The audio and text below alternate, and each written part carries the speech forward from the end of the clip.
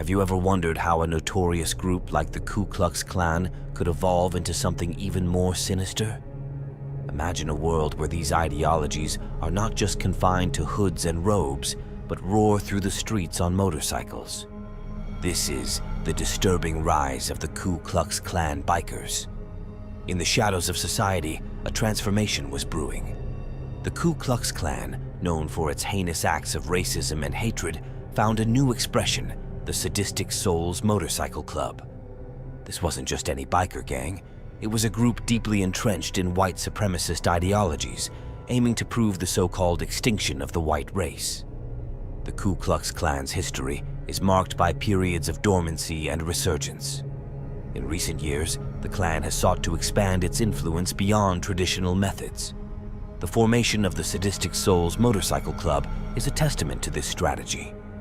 This evolution from robes to leather jackets signifies a shift in tactics, aiming to appeal to a broader, perhaps younger audience, while maintaining their core ideologies of racial purity and supremacy. The Klan's activities have always ranged from intimidation to outright violence. This legacy continues with the Sadistic Souls, who are not just a symbol of hate, but an active participant in the propagation of Klan ideologies.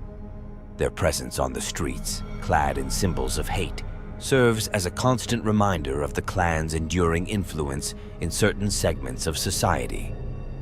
One of the main characters in this novel, Dennis Michael McGiffin, was formerly a Grand Dragon, or high-ranking member of the Ku Klux Klan.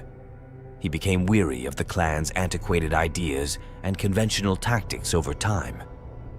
McGiffin sought to produce something fresh and powerful.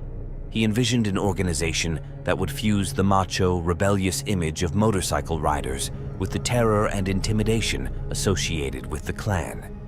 It was this idea that inspired him to create a new company. McGiffin's plan was to create a contemporary, aggressive organization that would garner interest and disseminate its message more successfully. He saw an opportunity to further the beliefs of the Klan by taking advantage of the motorcycle culture, which is renowned for its audacity and feeling of fraternity. His method of revitalizing and redefining the movement was to combine the antiquated racist dread with a fresh, rebellious aesthetic.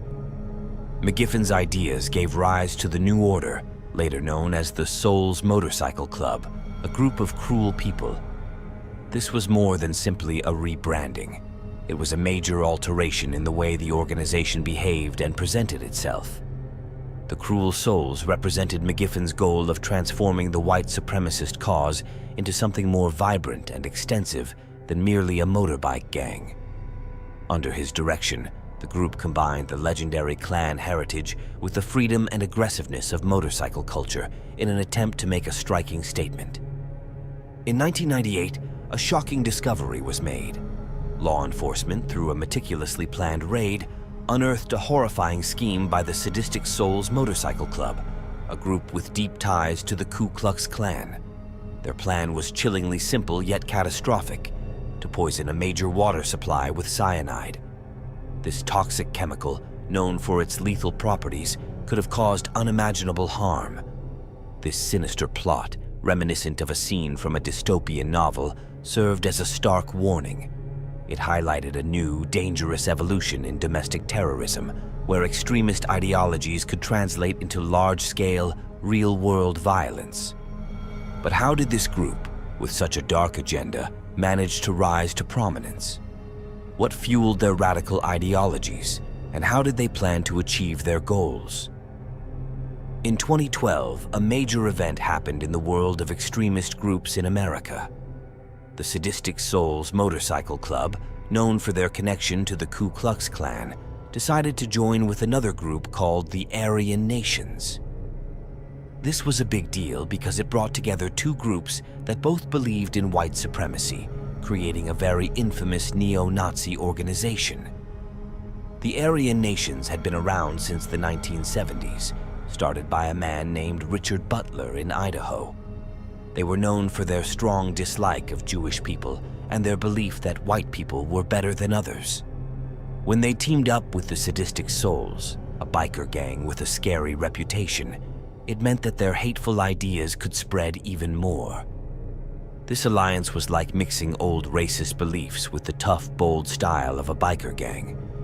The sadistic souls brought a new kind of energy to the Aryan nations, making them more noticeable and feared. Together, they started doing more things to share their hate-filled ideas, like holding rallies and even planning violent acts.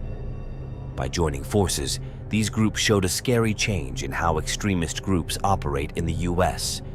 They combined the organized approach of a hate group with the strong, aggressive presence of a biker gang. The alliance between the Sadistic Souls Motorcycle Club and the Aryan nations, formed in 2012, faced significant challenges almost from the start. Although both groups shared a belief in white supremacy, they had different ideas and ways of doing things, which led to disagreements and power struggles. The Sadistic Souls, known for their bold racism and attention-grabbing behavior, didn't always see eye to eye with the leaders of the Aryan nations, who had their own way of running things. These differences created a lot of tension within the merged group. The Sadistic Souls, with their biker gang attitude, were more outspoken and aggressive in their approach. This often clashed with the Aryan nation's strategies and long-term goals. As time went on, these conflicts grew, making it hard for the two groups to work together.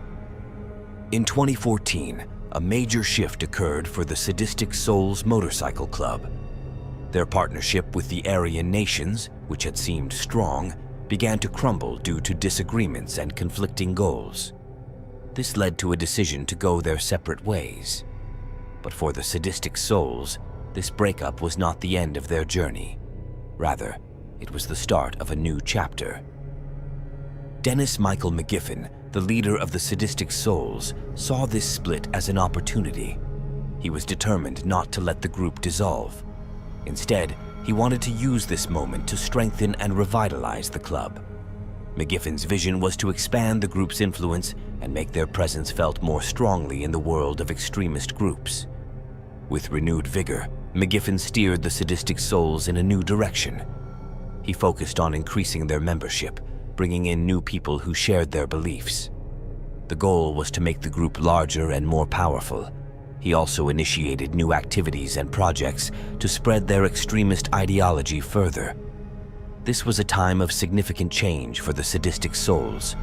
They were no longer just a part of a larger organization like the Aryan nations. Now, they were an independent group with their own identity and agenda. As of today, the Sadistic Souls Motorcycle Club remains a significant and concerning presence in the realm of extremist groups. Despite facing numerous challenges, including disagreements within their own ranks and increased attention from law enforcement, they have continued to push forward with their agenda. The Sadistic Souls have managed to maintain their influence and even expand it beyond their initial scope. They have done this by adapting to changing circumstances and finding new ways to promote their ideology. This persistence shows their commitment to their cause, which revolves around promoting white supremacist beliefs and practices. Their activities are not just confined to one area or region. The Sadistic Souls have made efforts to spread their message across different states and even internationally. This expansion indicates their ambition to have a broader impact and to connect with like-minded individuals and groups outside their immediate geographic area. Despite the crackdowns by law enforcement agencies, which have intensified over the years, the Sadistic Souls have found ways to continue their operations. They have become more cautious and strategic in their actions to avoid detection and interference. This adaptability has allowed them to survive and even thrive in an environment that is increasingly hostile to their existence. As we delve into the dark corners of extremism, it's crucial to understand the evolution of these groups. The journey of the Ku Klux Klan bikers from a notorious hate group to a militant motorcycle club is a stark reminder of the changing face of domestic terrorism. What do you think drives the transformation of such extremist groups, and how should society respond to this evolving threat? Share your thoughts in the comments below.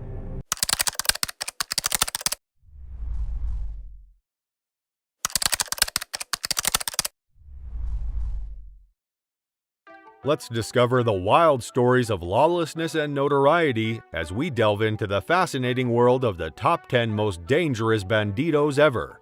Who were these terrifying criminals and how did they pull off their horrible deeds? Are you prepared to learn more about these mysterious people whose names were written in blood? Number 10. Donald Eugene Chambers.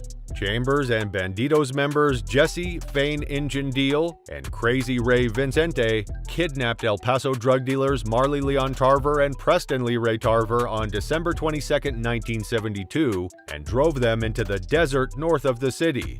After digging their own graves, the motorcyclists shot and burned the dealers. Earlier that day, the brothers sold the Bandidos baking soda as amphetamine. They were finally given life sentences.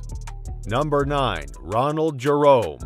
Ronald Jerome Ronnie Hodge, another former Marine, became the club's national president after Chambers' imprisonment. After being elected, Hodge changed his street name to Stepmother to match Chambers' mother. He was also involved in numerous terrible crimes, such as murders and drug dealing. Number 8. George Weggers. Another well-known member of the Bandidos MC is George Weggers. From 1998 until 2005, he presided over the organization as its worldwide head, El Presidente. Weggers was arrested for racketeering in 2005, and he later entered a guilty plea. When charges under the Racketeer Influenced and Corrupt Organizations RICO Act were filed against 26 members of the Bandidos Motorcycle Club, he pleaded guilty and served just 20 months in jail. Number 7. Jeff Pike. After George Weggers stepped down as president of the Bandidos MC International, another well-known club member, Jeff Pike, took over in that role. Weggers' membership in the Bandidos was canceled by Jeff Pike after he cooperated with police in an undercover investigation that led to criminal charges for 25 of the club's members. On January 6, 2016, authorities in Conroe, Texas arrested Jeff Pike along with the national vice president and sergeant-at-arms of the Bandidos MC. The jury convicted Pike and the others of racketeering conspiracy, murder conspiracy, assault, murder, drug trafficking, extortion, and weapon offenses. Number 6. James Lang. The individual previously served as the president of Bandidos International, also known as El Presidente. They were sentenced to jail due to the drug accusations. A mysterious person and their trusty sidekick disappear without a trace among the destruction, raising concerns about their motivations for making such a daring getaway. Do you know whom we are talking about? We will let you know that soon. But before that, let's discuss another dangerous member of the club. Number 5. Anthony Snotty Spencer. The first Bandidos chapter in Australia was founded in a split from the Birch Grove Comanchero chapter in November 1983, led by Spencer. Tensions between the Bandidos and the Comancheros increased during 1983 and 1984. Soon, a motorcycle war was launched on August 11, 1984, when the Bandidos assaulted 3 Comancheros at the Bull and Bush Hotel on August 9th. There were further shooting encounters between the two groups over the remainder of the month, but thankfully there were no fatalities. Number 4, and our mysterious loyalist, is none other than Colin Campbell. Colin Campbell is well known to the general public for his role in the Father's Day Massacre. Both his biological sibling Gregory Shadow Campbell and his adoptive sibling Mario Chopper Cianter perished. Caesar gets shot numerous times and must spend a considerable amount of time in the hospital healing. Upon his release from the hospital, he and Donna relocate to Perth. Number 3. Craig Johnston. A previous head of the group known as Bandidos International, this individual served as El Presidente until the year 1998. The conviction for the serious narcotics crime resulted in a hefty jail sentence. After him, George Weggers became the new leader. Number 2. Justin Forrester. Forrester's affiliation with the Bandidos Motorcycle Club spanned a decade, starting in 2006 and ending with his arrest in January 2016. According to his testimony, at the time of his arrest, he held the position of Sergeant-at-Arms in the national chapter and was responsible for carrying out orders from Portillo and Pike. He provided valuable first-hand testimony regarding the various orders issued for racketeering crimes, which encompassed activities such as extortion, intimidation, beatings, and murder. In the top spot, we have Glenn Merritt. Bellingham, Washington native Glenn Merritt, 65, was given his sentence on Friday by U.S. District Judge John C. Coganor. Last year, when federal agents conducted a raid on the Bellingham-based gang, he was one of 32 people charged in Washington, Montana, and South Dakota. Members were charged with drug and firearm offenses as well as murder plots, witness tampering, and violent crimes in support of racketeering. George Weggers, the group's worldwide president, pleaded guilty to conspiracy to participate in racketeering and was sentenced to 20 months in jail. Of the 18 Bandidos defendants who have pleaded guilty, Merritt got the harshest punishment. He was accused of selling firearms and illegal drugs to an undercover informant on 4 separate occasions. 52 firearms were found in his residence by federal officials. He was also accused of beating a club prospect who had complained about him and trafficking stolen cars and motorcycle parts. Who among them did you find the most dangerous and daring? Do let us know in the comments below.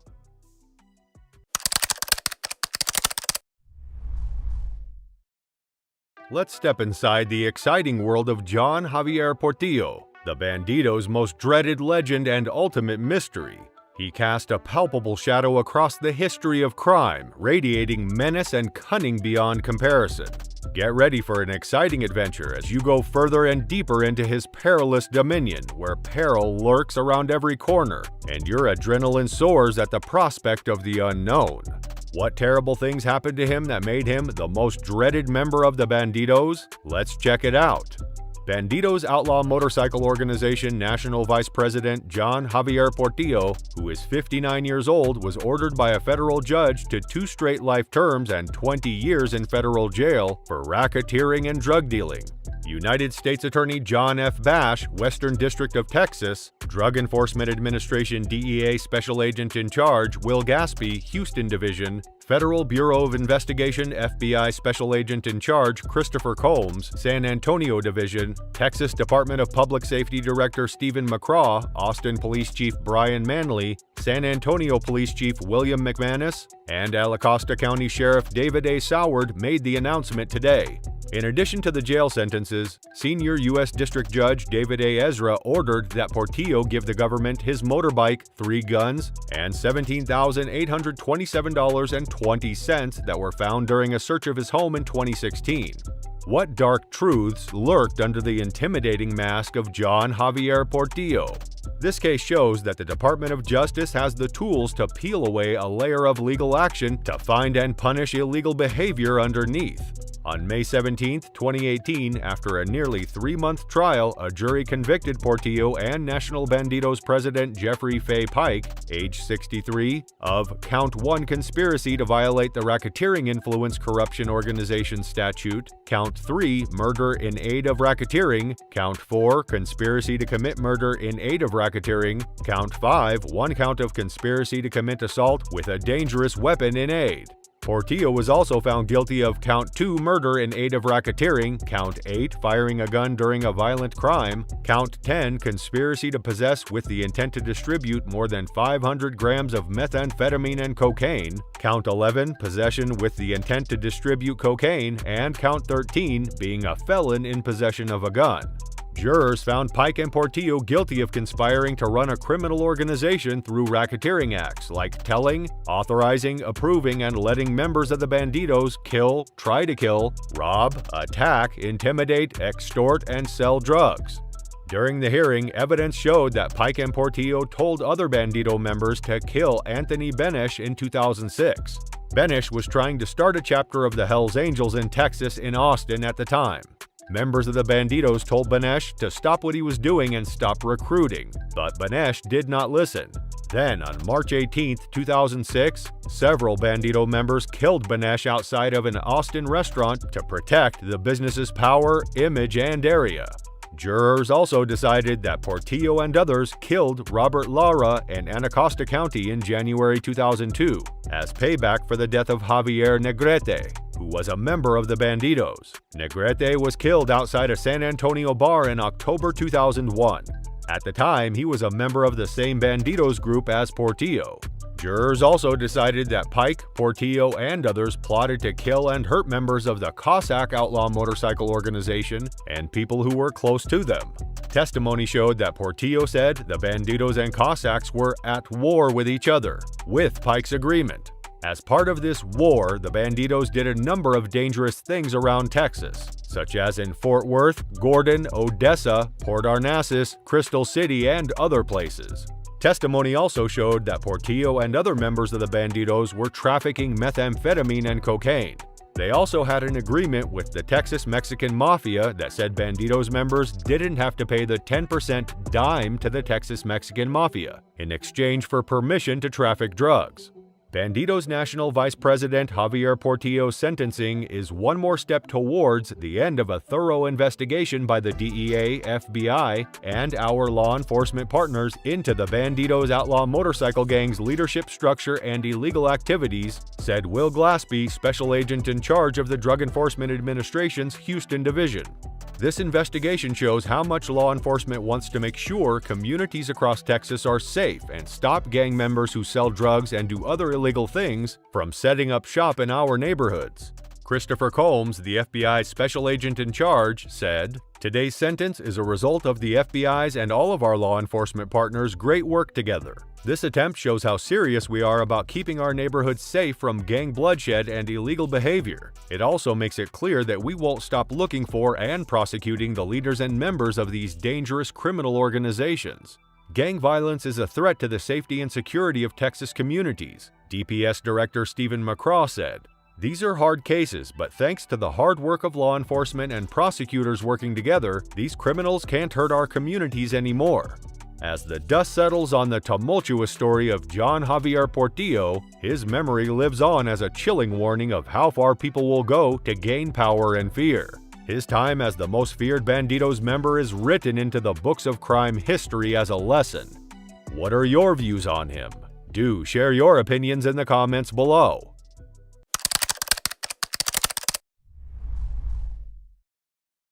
The notoriously feuding Bandidos and Hells Angels appear to be on the verge of all-out war, raising tensions in the criminal motorcycle gang scene. The situation in Sydney's underworld has reached a boiling point after Jason Fahey, the previous boss of the Bandidos, defected to the Hells Angels. Is this the first step towards a major showdown between the two infamous clubs? Stay tuned to know what could happen. The defection of Jason Fahey, the former president of the Bandidos, to the Hells Angels, the most infamous outlaw motorcycle gang in the world, has the potential to ignite a dangerous conflict between the two clubs. Now that the Hells Angels are aggressively expanding their presence in Sydney, worries have been raised about a massive turf war that could potentially ignite conflict between rival clubs. It is reported that an entire chapter of renegade bikies has defected to the Hells Angels in this patchover, potentially igniting a fierce territorial dispute between the two clubs that could escalate into a full-blown war. This defection has given the Hells Angels a significant advantage as they now have a stranglehold on the city's southern neighborhoods, further intensifying the potential conflict. As the powerful Hells Angels increase their presence in Sydney, the local biker community is undergoing yet another shift, which can potentially cause a war between the two clubs. There have been rumblings in recent weeks that the club is rapidly expanding in membership and becoming a major player in its field, which could potentially ignite a fierce rivalry and escalate tensions between the two clubs. Increasing its presence in major congested cities appears to be a goal of Hells Angels, and its reported expansion in Sydney is evidence of this, which can potentially cause conflict and rivalry between Hells Angels and other clubs vying for dominance in the city. Given the size and scope of Sydney's criminal underworld network, the club's leadership saw an opportunity to expand their operations there, potentially sparking a conflict with rival clubs and leading to a potential war between them. Hells Angels Bayside and Brighton the Sands is a new chapter of the international motorcycle gang that has transformed what was long thought as a common chair bastion, potentially leading to conflicts and tensions between the two clubs that could escalate into a full-blown war. Do you think this potential war can be stopped through government intervention? Significant progress was also made by the Hells Angels in Sydney, which led to a potential cause of war between the two clubs when they successfully converted an entire Sydney chapter of the Rebels MC to their club. As the Hells Angels are widely regarded as one of the largest and most powerful outlaw motorcycle gangs in the city, this was seen as a major victory for the organization, potentially escalating tensions and leading to a potential conflict with rival clubs. By aggressively recruiting numerous individuals, the Hells Angels have not only bolstered their own forces but also undermined the rival gang's dominance in the region, potentially igniting a conflict between the two clubs.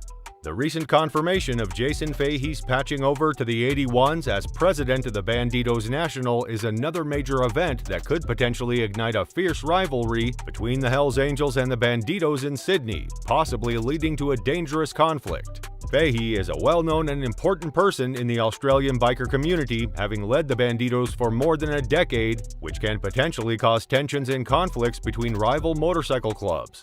This move is seen as a huge triumph for the Hells Angels, potentially causing conflict and leading to war between rival clubs. Fahey, it has been said, wielded a great deal of influence inside his club and was known for resorting to extreme measures, including violence to preserve his position of control, which can potentially escalate tensions and lead to conflicts between rival clubs. Fahey was a renowned character in the subculture of biker gangs whose equal parts authority and wit could potentially ignite a fierce rivalry between two clubs, leading to a potential cause for war. Fahey's action in releasing a photo of himself posing with prominent Hells Angels members, including the Liverpool chapter commander Gian Jabari, could potentially ignite tensions and lead to a conflict between Fahey's club and the Hells Angels. To join the Hells Angels was Fahey's decision, which can potentially cause a war between two rival clubs. It is likely to have a major effect on more Bandido bikers, potentially causing tensions and conflicts that could escalate into a war between the two rival clubs. According to members of the Bandidos, John Fahey, however, betrayed them in 2013 and joined the rival 81s, which could potentially ignite a conflict between the two clubs.